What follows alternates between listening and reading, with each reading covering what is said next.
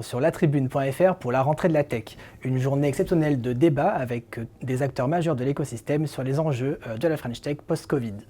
Je vous propose de poursuivre avec un thème crucial post-Covid, la transformation numérique. Le confinement l'a montré, les entreprises les plus digitales sont celles qui résisteront le mieux à la crise économique.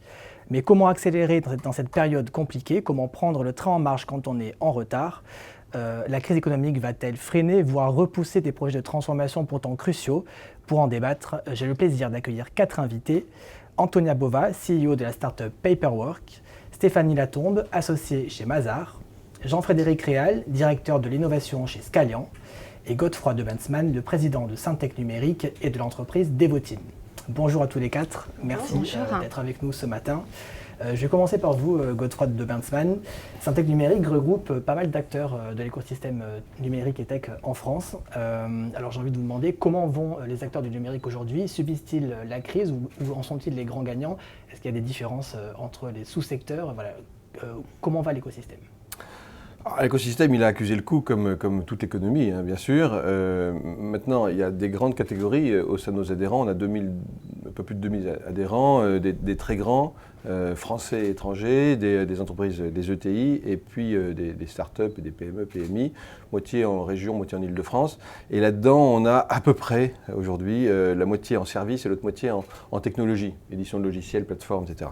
Donc, on a effectivement un bon scope avec 3 grands métiers, les gens du service, les ESN, les gens de la technologie, là, il peut y avoir 2 catégories, les éditeurs et les plateformes, et ce qu'on a appelé tout ce qui est R&D externalisé, hein, c'est conseillers en technologie, qui sont beaucoup plus petits, mais qui font du service. Globalement, c'est quand même les gens de la technologie qui ont tiré leur épingle du jeu, parce que même s'ils ont un pipe qui s'est vidé, ils ont quand même, avec la récurrence de plus en plus grande, parce qu'aujourd'hui on atteint pas loin de 50% de leur chiffre d'affaires en facturation récurrente, c'est quand même eux qui ont mieux supporté le choc, et qui finalement, quand on regarde les prévisions pour la fin de l'année, on est quand même assez rassuré pour eux, entre guillemets. Voilà. Après, tous ceux qui font du service, tous ceux qui vendent de l'heure, hein, finalement, la prestation intellectuelle, ça a été beaucoup plus difficile, avec 2 grandes catégories. Ceux qui sont plus que 2 d'ailleurs, ceux qui sont très en amont sur les conseils métiers, et là le conseil a beaucoup souffert, et on peut avoir des baisses de charges qui avoisinent les moins 40%. Et puis ensuite de ça, tous les autres, les intégrateurs, les spécialistes de la techno, qui ont des baisses moindres. Ça peut s'étaler entre moins 15 et moins 20, moins 25, avec là encore une segmentation entre ceux qui sont très digitales, et c'est probablement ceux qui ont le moins souffert, et qui continuent aujourd'hui à, je ne dis pas surfer, mais en tous les cas, qui ont les meilleures espérances de business et de croissance, et ceux qui sont peut-être plus legacy, et qui aujourd'hui, évidemment, sont moins sur les projets sur lesquels les clients vont mettre de l'accent, sachant qu'il y a quand même eu un phénomène, c'est que les grands outsourceurs ou ceux qui faisaient je dirais, qui faisaient le run, qui faisaient tourner le système d'information d'une entreprise, eux ont vécu la crise avec un espèce d'amortisseur. Maintenant, ils n'étaient pas forcément dans le vent, et ce n'est pas ceux qui avaient le plus de croissance avant la crise, et ce ne sera pas ceux qui auront le plus de croissance après la crise. Donc pour résumer, le service beaucoup plus touché que la tech, et ceux qui sont le plus proches du métier ont accusé un très gros coup, ceux qui sont plus digital ont, on va dire, quand même aujourd'hui une bonne résilience. La crise a-t-elle changé l'état d'esprit des entreprises vis-à-vis de leur transformation? Alors, je pense que ça a été effectivement, vous l'avez un tout petit peu dit au départ, en disant aujourd'hui, tout le monde sait que l'avenir, il est à la transformation digitale, à se transformer digitalement. Je pense que tout le monde le savait, mais on le savait avec la tête, on ne le savait pas forcément avec les tripes. Et aujourd'hui, ça y est. Et le porte-monnaie aussi. Et le porte-monnaie. Oui, alors, bon, c'est un autre sujet, mais aujourd'hui, tout le monde sait qu'on ne va pas survivre si on ne fait pas le move maintenant. On pensait toujours qu'on aurait le temps. Et ça, c'est vrai pour les grands et pour les petits. Et il est certain que les grands, ils ont peut-être plus des moyens de se payer des gens qui vont réfléchir avec eux, qui vont les faire se projeter, qui vont imaginer des modèles, qui vont essayer de les aider à se repositionner sur la chaîne de la valeur, abandonner des pans entiers d'activité. Mais les volumes qu'ils ont à traiter, d'organisation, même la dimension sociale, fait que même s'ils ont des packs de penseurs et même de consultants pour mettre en œuvre, c'est très, très, très dur de changer. La transformation d'une grande organisation, on peut même dire que tous survivront pas, tous n'y arriveront pas. Ça, c'est ma conviction. Après, on a des entreprises moyennes ou petites qui ont plus de chance parce qu'en général, elles ont un comité de direction beaucoup plus restreint. Dans les PME, c'est un gars. Et la plupart des gens ont bien compris qu'il y a des modèles qui marchent et que la transformation pour eux est plus facile. Je ne dis pas qu'ils ont forcément les moyens de penser, mais assez vite, il y a du pré-mâché. Il y a de la plateforme, il y a un tas d'applications qui vous donnent le service directement. Donc la transformation est quand même, ils n'ont pas forcément les moyens, ils n'ont pas forcément la capacité de transformation, mais à l'énergie, ils finiront par y arriver. Donc moi, j'ai assez confiance dans le fait que les PME vont bouger vite. Ils ont très vite vu où allait le marché. Et qu'ils n'ont pas ces freins énormes liés, entre autres, aux équipes et aux investissements qu'on a, et à l'immobilier, aux usines. Et donc, il y a des changements de modèle qui sont radicaux. Donc, je pense que les PME ont plus de chances de s'en tirer. Alors, on reviendra justement sur ça. Donc, il y a des gagnants et il y a des perdants, y compris dans les entreprises du numérique de cette crise. Antonia Bova, vous êtes CEO de Paperwork. Donc, c'est une start-up qui digitalise la collecte des documents pour les entreprises. Tout à fait. Vous faites partie de la catégorie des gagnants. Félicitations, vous avez une solution qui simplifie du coup cette collecte de documents. Donc, j'imagine qu'en période de confinement, ça a été assez précieux pour vos clients. Racontez-nous comment vous l'avez vécu. Alors c'est vrai que donc Paperwork, c'est une solution de collecte de documents et de données personnelles donc sécurisées. Donc on s'adresse effectivement bien sûr à ceux qui veulent automatiser, gagner du temps sur leur collecte de documents, puisque c'est aussi simple que d'envoyer un SMS, de collecter par Paperwork. On s'adressait aussi bien sûr à ceux qui avaient compris que les données personnelles de leurs clients ne leur appartenaient pas, donc qui voulaient prendre une sorte de faire de la collecte responsable. Voilà, je suis responsable des données de mes clients, je fais attention à eux. Et forcément, dans une situation où les bureaux de poste sont fermés pendant 2 mois, eh bien, il a fallu trouver d'autres façons de collecter des documents que l'envoi papier traditionnel. Et puis, il y a eu un deuxième effet pour nous, c'était ces clients qui ont refusé, puisque en France, malheureusement, mais dans plein d'autres pays, la collecte se fait majoritairement par email, par envoi d'email. On collecte encore très facilement des données personnelles et des données sensibles par email. Et là, on s'est retrouvé... Vous parlez surtout des avocats et des professions financières, j'imagine ? Alors, nous, on équipe effectivement des professionnels du droit, du chiffre, de la finance, mais aussi des sociétés de courtage, des experts comptables, beaucoup de sociétés immobilières. Donc on s'est retrouvé effectivement avec des clients qui ont refusé, qui disaient non, j'envoie pas mes 3 derniers bilans par email, j'envoie pas, voilà. Enfin, c'est de la donnée sensible, c'est de la donnée personnelle. Je veux savoir qui y a accès, surtout dans une période de crise où il a fallu très vite aller chercher aussi des recours financiers. Donc on s'est retrouvé effectivement avec une masse de personnes qui ont voulu collecter de manière sécurisée, intelligente et rapide. Donc oui, ça a été une opportunité pour nous. Donc ça veut dire que de nouveaux clients ont frappé à votre porte ? Oui. Alors on a eu 2 types de clients. On a eu des clients qui ont souffert de la crise. Je pense qu'il ne faut quand même pas se mentir, des sociétés plus traditionnelles qui ont vraiment souffert de cette crise.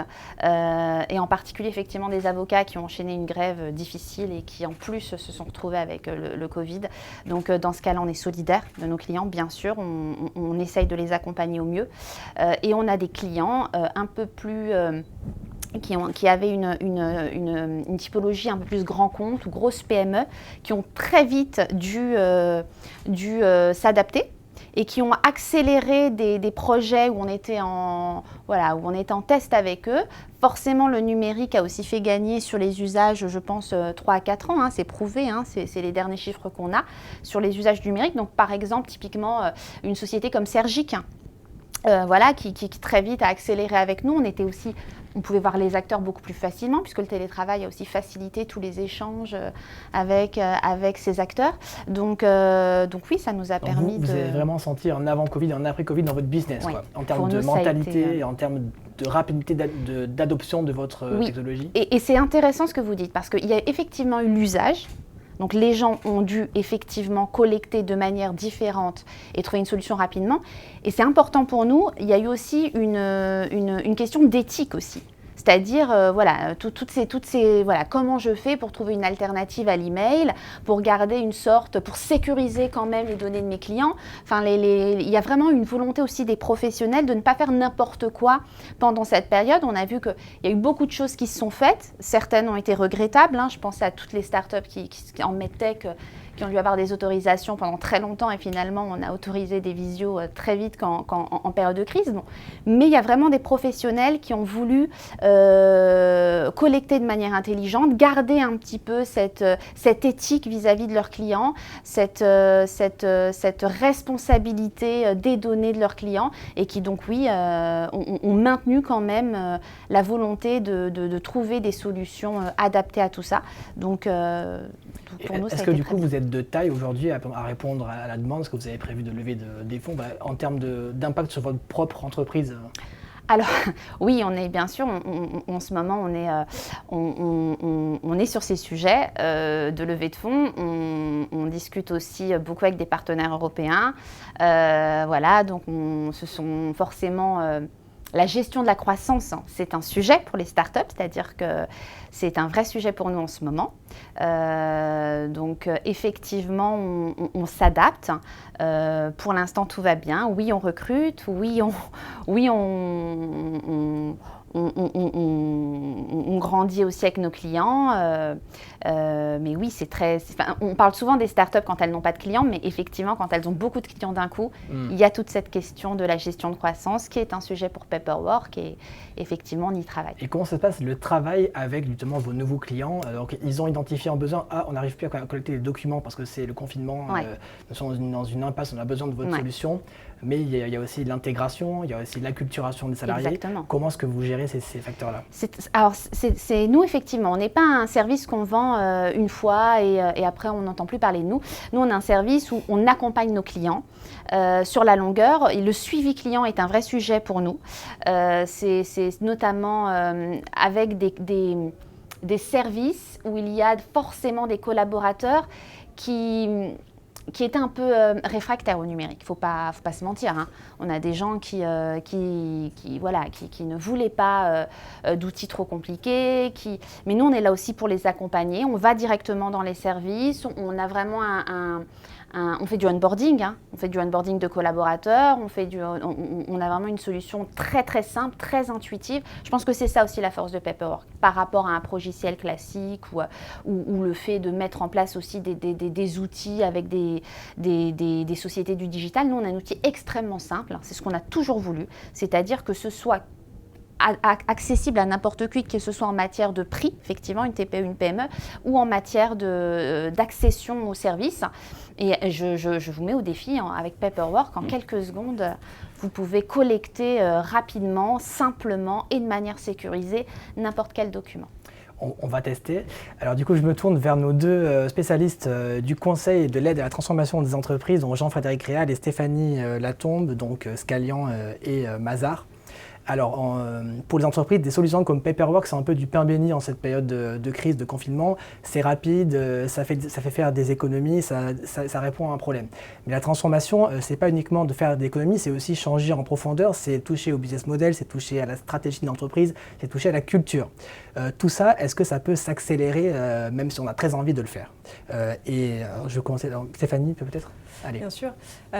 Moi, j'ai la chance d'être au sein d'un cabinet d'audit et de conseil et on a évidemment un portefeuille de clients extraordinaire, déjà par sa qualité bien sûr et surtout par sa diversité. On touche des TPE, on touche des groupes du CAC 40, ça fait vraiment un observatoire incroyable sur ce sujet-là. Et le constat qu'on fait aujourd'hui, nous, dans notre rôle effectivement d'accompagnement de ces entreprises, c'est qu'il y a une vraie distinction sur la transformation digitale. Il y a la distinction entre le sujet de la technique pure et puis le sujet de la culture. Finalement, l'observation qu'on a globalement, c'est de dire que des outils, il y en a énormément. Que si on doit, et certaines entreprises ont dû le faire d'ailleurs pour vraiment des questions de vie ou de mort, tout simplement, si on doit faire une transition très accélérée, on va trouver sur la place tout un tas d'outils qui seront plus ou moins, en tout cas, il faudra trouver l'outil le plus adapté à sa propre structure, à sa propre taille. Là-dessus, aucun sujet, entre guillemets, ça va être fait relativement simplement et on essaiera peut-être au départ d'aller sur un ERP de premier niveau pour des entreprises qui ne sont pas encore complètement intégrées, etc. Derrière, en revanche, alors ça va couvrir d'ailleurs, ça c'est une analyse qui est assez importante, c'est qu'est-ce qu'on va toucher? Est-ce que c'est la fonction client? Est-ce que c'est la fonction fournisseur? Est-ce que c'est la gestion de la performance? Est-ce que c'est l'expérience du salarié aussi, l'expérience du collaborateur en fait au sein de l'entreprise? Tout ça, c'est des questions qui doivent se poser quand on commence à mettre en place un certain nombre de nouveaux outils. Donc sur cet aspect outil pur et sur cet aspect choix par rapport au marché qui existe, finalement, même si, je vais aller un petit peu loin dans le propos, même si on doit faire quelque chose de quick and dirty au départ, on va surtout se poser la question de la cybersécurité et quand ce sujet-là sera finalement traité, on sera relativement à l'aise, entre guillemets, pour déployer derrière. En revanche, le sujet auquel on est confronté, et ça s'applique aussi à nous aujourd'hui au sein du cabinet, c'est la culture. C'est comment est-ce qu'en accélérant et en devant faire des choses aussi vite à marche forcée dans certains cas, comment est-ce qu'on réussit à emporter les salariés, comment on réussit à convaincre les acteurs, tous les acteurs internes de la société de partir en fait sur ces solutions, d'en comprendre les enjeux, de comprendre leur portée et puis surtout de se les approprier tout simplement. Il y a un risque de tension entre d'un côté des dirigeants qui veulent accélérer le processus et de l'autre des salariés qui sont peut-être pas prêts. Au-delà du risque de tension, c'est vraiment le risque d'incompréhension. C'est le risque de couper en fait un canal d'échange qui est déjà extrêmement compliqué quand on est sur du remote complet, comme on a pu tous le vivre pendant le confinement. On était tous à distance. C'est d'un point de vue managérial, d'un point de vue expérience et relationnel, équipe, extrêmement compliqué à gérer parce qu'il n'y a plus le non-verbal, parce que je pense qu'on l'a tous vécu. On a eu des journées complètes de réunions sur Teams, sur Zoom, enfin voilà, sur tous les outils existants aujourd'hui. Des outils américains d'ailleurs. Ah, c'est ça d'ailleurs. Message, grand message, bien sûr. Sorti complètement hébété de ces réunions-là et se dire, oh là là, alors déjà qu'on parlait de la quête de sens un petit peu, il y a eu quand même des moments extrêmement compliqués. Donc voilà, on découvre aussi que la transformation, c'est pas forcément idéaliste, enfin, voilà, c'est pas forcément merveilleux et ça peut créer beaucoup de fatigue, notamment vous parlez des journées entières de réunions sur Zoom et sur Teams, la perte de sens. Complètement, ouais. C'est le constat qu'on fait aujourd'hui. Ce qui est hyper intéressant d'ailleurs, c'est que pour ceux qui avaient un peu procrastiné, on a parlé tout à l'heure en disant plus tard, la transfo, je vais la faire. Bien sûr, je vais la faire, il faut que je la fasse, c'est évident. Donc il y a un discours et puis ensuite il y a des actes qui sont plus difficiles à mettre en œuvre où on a toujours peut-être d'autres priorités avant.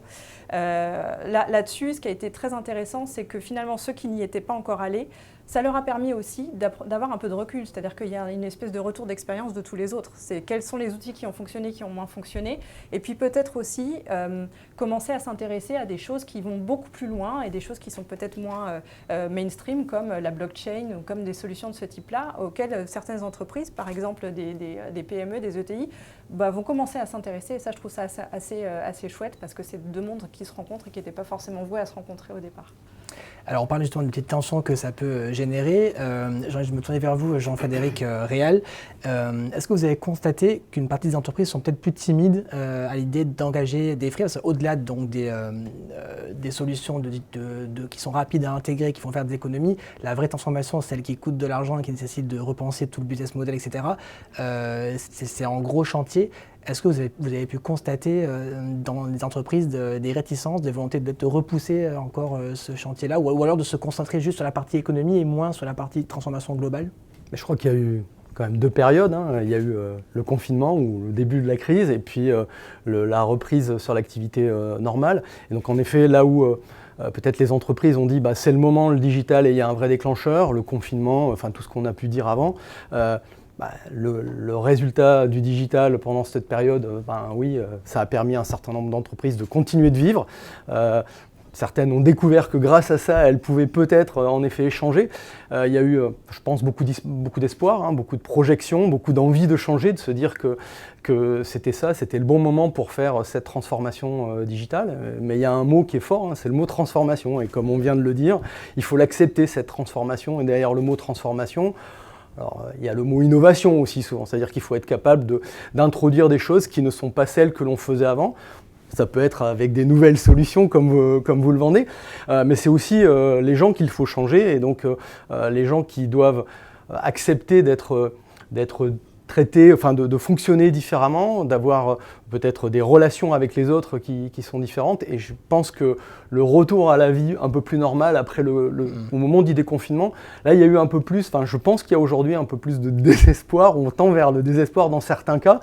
Comme l'a dit Godefroy, peut-être que déjà il y a des entreprises qui ne pourront pas le faire et ne sauront pas le faire, parce qu'elles, sans parler de l'accompagnement, tout simplement la culture, où les rouages font que ça sera beaucoup trop compliqué, et celle-là, elle risque de mourir en effet, parce qu'il y en a d'autres qui font la même chose et qui vont changer et qui vont forcément les dépasser.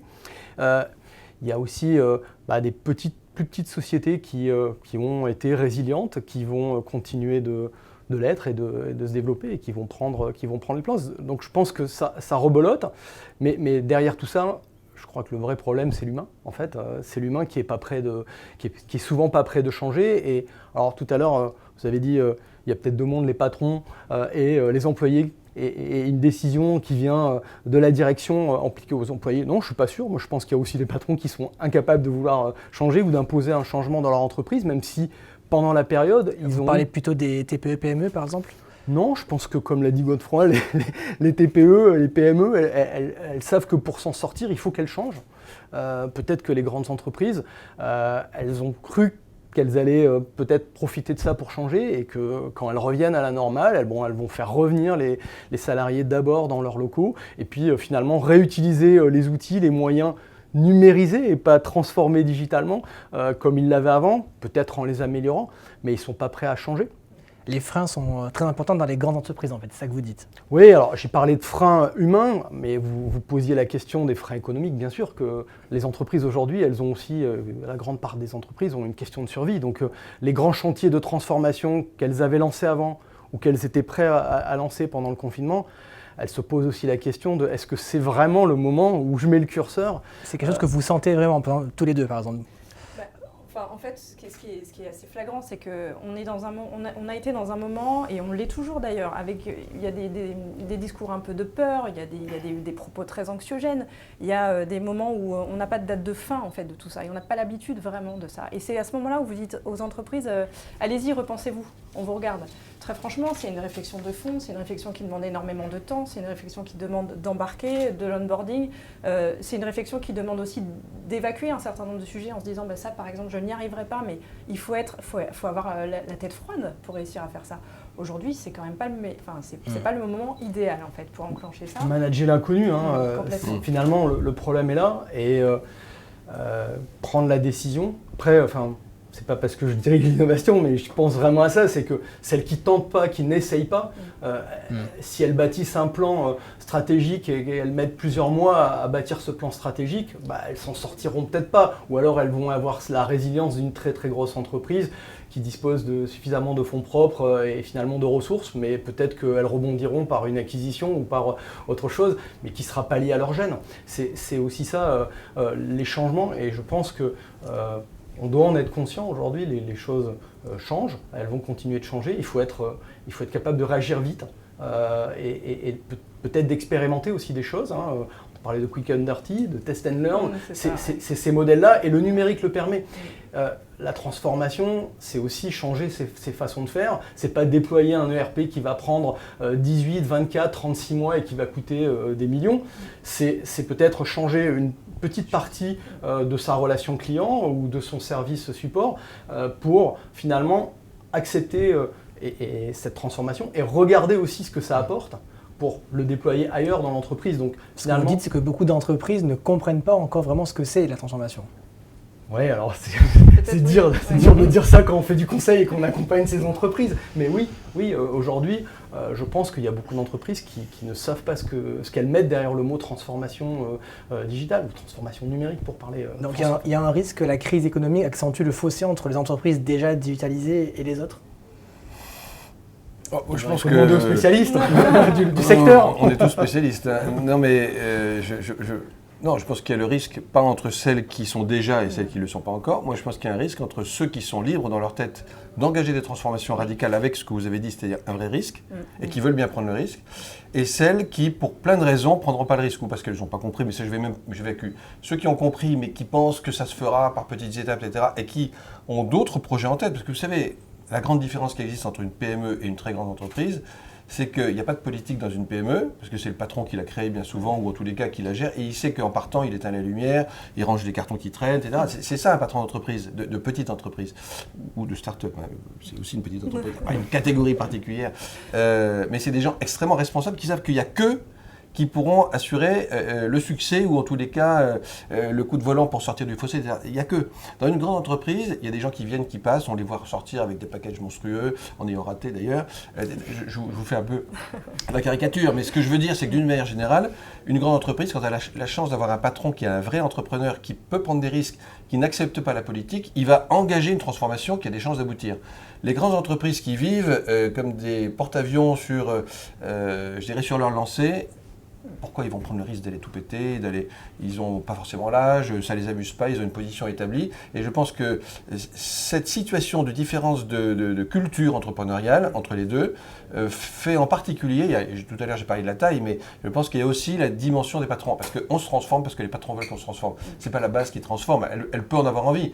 Mais si là-haut, ça ne demande pas de se transformer. Voilà. Et après, les modèles, et c'est un sujet peut-être que je peux rajouter, dans les modèles, il y a la techno. On met la techno, on vit au milieu. Bon, je ne vais pas revenir sur les technos, on est tous des technos, parce que maintenant on a des machins dans les poches qui font tellement de choses.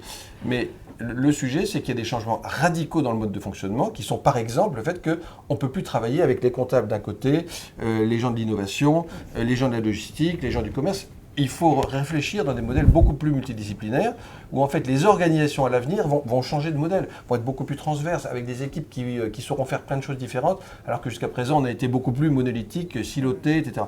Et donc, ça, il faut avoir envie de se lancer dans ce genre de risque. Et moi, je le dis pour ma propre entreprise, j'ai un frère avec qui je suis associé, on passe notre temps à... Il y en a un qui n'est pas d'accord, l'autre qui dit tes effets de bord à la con, il y a 20 ans que ça dure, donc on va pas faire ça trop vite. Etc. Bon, c'est juste pour dire que, voilà, je pense que le changement radical de la manière dont les gens fonctionnent ensemble et la typologie des patrons, c'est ça qui fait que ça se fera ou ça ne se fera pas.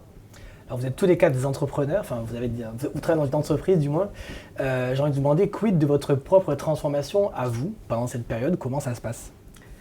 Stéphanie, peut-être? Oui, juste un grand groupe du coup, Mazars. Oui, Mazars. Donc surtout sur l'expérience de management finalement, hein, parce que je vais vous donner un témoignage un petit peu personnel. Je parlais tout à l'heure de la rupture de lien qui peut exister et du fait qu'on est dans une situation à laquelle on n'est pas forcément habitué aujourd'hui. Clairement, moi, dans mon évolution hiérarchique, j'ai eu la possibilité à un moment donné de m'éloigner de mon équipe, entre guillemets, c'est-à-dire qu'on met les gens hiérarchiquement avec leur même niveau, on les installe ensemble dans les bureaux. Alors ça peut paraître complètement... dans une tour d'ivoire peut-être pas dans une tour d'ivoire, mais c'est un mouvement que j'ai toujours refusé, moi. C'est-à-dire que j'ai toujours souhaité continuer à être avec mes équipes, l'intégralité de l'équipe, jusqu'aux plus jeunes, en fait, dans le même environnement. Pourquoi ? Parce que ce qui compte énormément, c'est le mimétisme. Ce qui compte énormément, c'est justement le côté exemplarité, alors entre guillemets, mais c'est de dire comment est-ce que je reçois un client, comment est-ce que je traite une situation difficile, comment est-ce que je m'en sors, et aussi cette espèce d'effort de transparence.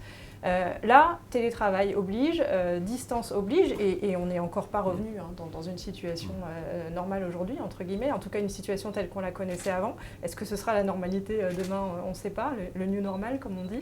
On n'est pas revenu dans la situation précédente, donc il faut gérer ça.